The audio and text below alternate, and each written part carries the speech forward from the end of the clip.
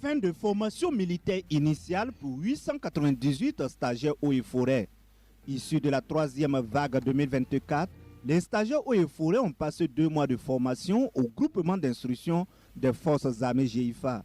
Une formation pratique et théorique basée entre autres sur la bonne conduite des soldats, la discipline, l'amour de la patrie, l'honneur et la dignité et l'instruction sur les engins explosifs improvisés.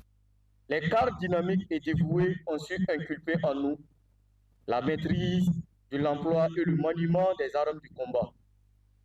Au-delà de ce qui vient d'être évoqué, il est important de souligner que les cours pratiques n'ont pas manqué de toucher la technique de défense personnelle appelée TIOR, les marches, les 8 km lourds et la résistance au sommeil.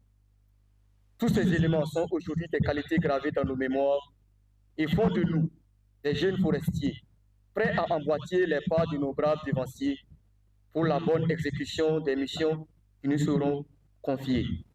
Entrés au GIFA le 19 novembre 2024, les stagiaires ont reçu une formation physique et morale afin de cultiver en eux, entre autres, l'esprit de résilience et de l'endurance afin de faire face aux défis sécuritaires du moment.